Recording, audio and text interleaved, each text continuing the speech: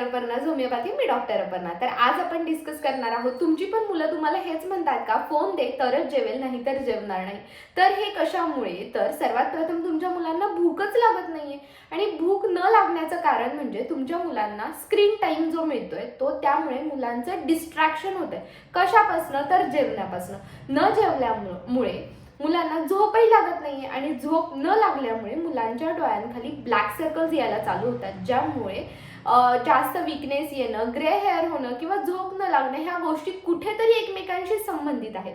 त्यामुळे सर्वात प्रथम मुलांचा स्क्रीन टाइम बंद केला पाहिजे।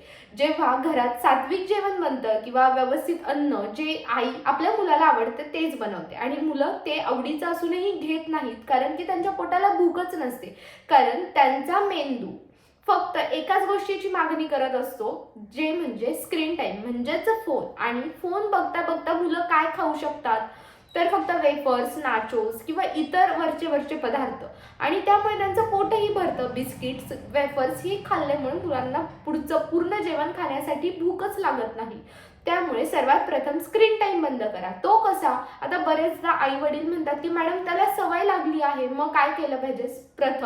सर्वात प्रथम सवय कोणामुळे लागली, तर आपल्या पॅरेंट्समुळे, कारण आपणच तितका जास्त स्क्रीन टाइम घेत असतो ना त्यांच्यासमोर। त्यामुळे सर्वात प्रथम आपण स्क्रीन टाइम बंद केला पाहिजे। आपण जेवताना टीव्ही न बघणे किंवा फोन न यूज करणे, ह्या गोष्टी अंमलात आणल्या तर नक्कीच मुलं सुद्धा हेच करतील। जेव्हा मुलं आपलं बघून अनुकरण करत असतात, तेव्हा स्वतःला बदलणे हा एक मोठा पर्याय आपल्या समोर असतो। तर तुम्ही स्क्रीन टाइम न घेता मुलांसमोर पुस्तके वाचा, जनरल नॉलेजच्या गोष्टी बोला किंवा त्यांच्याशी संवाद साधा, किंवा त्यांना ज्या गोष्टी आवडतात, ऍक्टिव्हिटीज आवडतात, आउटडोर प्लेसाठी त्यांना घेऊन जा, प्ले एरिया क्रिएट करा। जर शक्य नसेल तर गार्डनमध्ये घेऊन जा। तेव्हा जेव्हा मुलं जास्त दमतील, एक्सरसाइज होईल खेळल्यामुळे किंवा इतर फिजिकल ऍक्टिव्हिटीजमुळे नक्कीच एक्सरसाइज होतं आणि मुलं स्वतःहून जेवायला मागतात। एक दिवस मूल जेवलं नाही, 2 दिवस मूल जेवलं नाही, तर मुलांना काहीच इजा होणार नाही, पण त्यांचं पुढचं भविष्य सिक्युअर करण्यासाठी तुम्हाला काही गोष्टी स्ट्रिक्टली अंमलात आणाव्याच लागतील। आता बरेचदा वर्किंग वुमन असतात किंवा पॅरेंट्स जॉबला असतात, तेव्हा आई वडिलांना असं वाटतं की ठीक आहे, आपलं मूल एका जागी फोन बघत तर बसतंय ना, त्यामुळे मुलांना आयपॅड्स घेऊन द्या किंवा टॅब्स घेऊन द्या, अशा गोष्टी आपण करत असतो। तर प्लीज, आपण वर्किंग जरी असलो तरी ह्या गोष्टी टाळा आणि मुलांना जितका जास्त वेळ देता येईल किंवा जितकं जास्त त्यांच्यासोबत खेळता येईल तितक्या गोष्टी त्यांच्यासाठी करा। नक्कीच मुलांचा स्क्रीन टाइम कमी होईल आणि ज्या सर्रास गोष्टी बघायला भेटतायत की मुलं जेवत नाहीये, मुलं आजारी पडतायत, ह्या गोष्टी नक्कीच आता आपल्याला कमी व्हायला दिसतील। पण ह्यासाठी तुमचा स्क्रीन टाइम बंद असणं फार गरजेचं आहे। जेव्हा घरात सात्विक अन्न बनतं, तेव्हा आईने मुलांच्या मागे न लागता मुलांनी आईच्या मागे लागले पाहिजे की आई मला जेवण दे। आणि हे कधी होईल, जेव्हा मुलं जास्त प्रमाणात खेळतील, जेव्हा त्यांच्या मेंदूला चालना मिळेल। आता सध्या काय होतंय, स्क्रीन टाइममुळे मुलांना स्वतःची बुद्धी वापरण्याची चालना मिळत नाहीये। मुलं स्टॉप होत आहेत, इरिटेबल होत आहेत, चिडचिडी होत आहेत, फोन नाही दिल्यावर चिडतात, वस्तू फेकून देतात।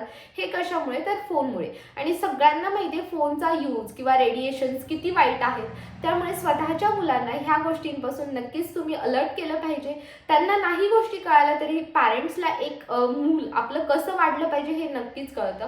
त्यामुळे सर्वांना रिक्वेस्ट करते की आपल्या मुलांसाठी थोडा वेळ नक्कीच काढा। काम आज नाही उद्या नक्कीच होईल, पण मुलांचं संगोपन किंवा बालपण परत आपल्याला जगता येणार नाही। त्यामुळे आपल्या मुलांसाठी आपण नक्कीच वेळ दिला पाहिजे।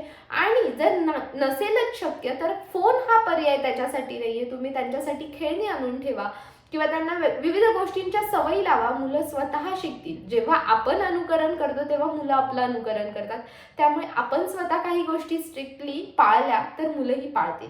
अशा छोट्या छोट्या व्हिडिओसाठी, टिप्ससाठी फॉलो करा, लाईक करा आणि शेअर करा। आणि तुम्हाला रिक्वेस्ट आहे की आपल्या मुलांना आणि आपल्या स्वतःला फोनपासून टाळा। फोनचे रेडिएशन्स फार वाईट आहेत, सर्वांना माहिती आहे की मोठ्या मोठ्या आजारांपर्यंत फोनचे रेडिएशन्स घेऊन जात आहे।